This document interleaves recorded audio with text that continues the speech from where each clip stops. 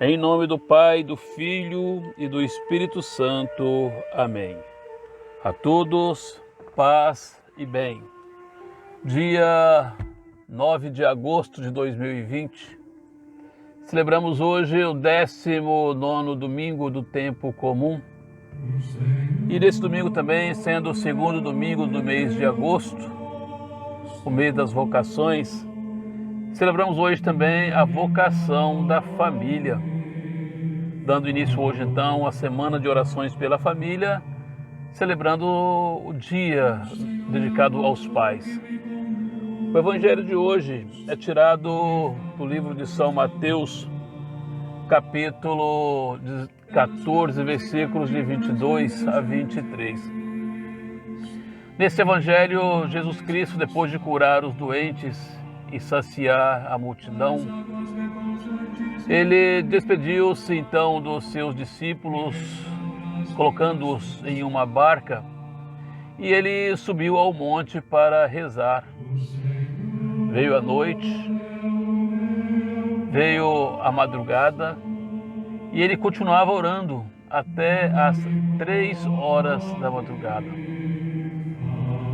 Quando nós procuramos estar atentos à grande atividade de Jesus durante todo o dia, junto aos sedentos da palavra, junto aos enfermos, aqueles que são atormentados por maus espíritos, também junto aos fariseus e às pessoas de má vida, nós ficamos admirados de que ele ainda tenha forças para estar durante tantas horas acordado em oração, sempre vigilante a Deus Pai.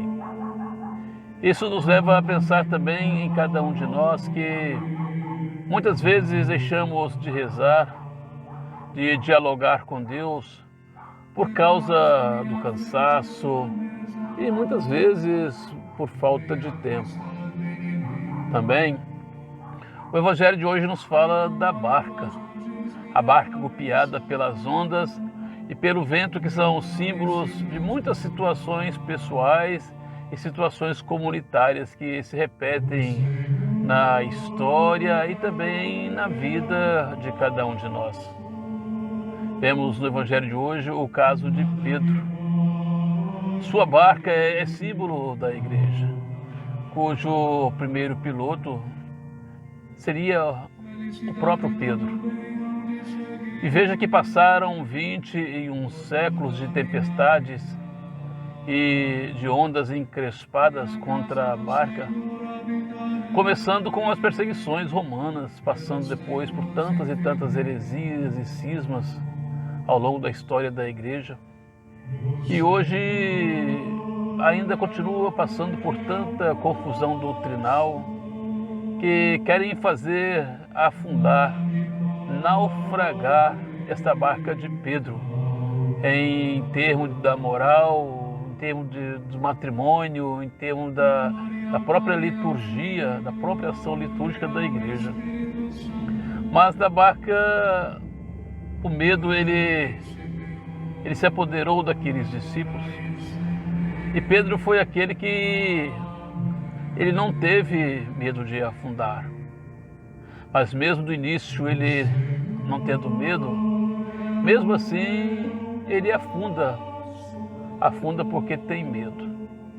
A dúvida faz com que ele perca a segurança e começa a afundar. Mateus quer nos mostrar o itinerário espiritual daquele que foi o nosso primeiro Papa. Quando Jesus se apresenta, então ele reconhece Jesus e ele solicita o seu chamado e o segue com confiante audácia. Pedro é aquele que fraqueja, aquele que titubeia, que falha na hora do perigo, mas mesmo assim, Jesus confia nele e Jesus o salva. Figura exemplar para a nossa igreja de hoje. A comunidade, em meio da tormenta, ela muitas vezes se esquece do Jesus da solidariedade, e o ver como, assim como os discípulos, como um fantasma se aproximando na escuridão. Quer ir até ele, mas se deixa amedrontar pelas forças adversas, pelas tempestades. O Evangelho, então, ele nos convida, cada um de nós, a fazer uma experiência total de Jesus, rompendo nossos prejuízos, nossos preconceitos, nossas seguranças. Nós devemos deixar que Jesus ele nos fale através do livro da vida. Cristo ele nos convida a não duvidar,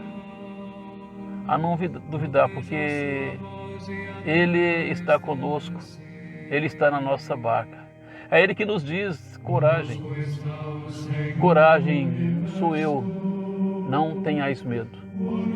Então, o que nós devemos fazer quando parece que estamos também, assim como Pedro, nos afundando entre o temor e a esperança?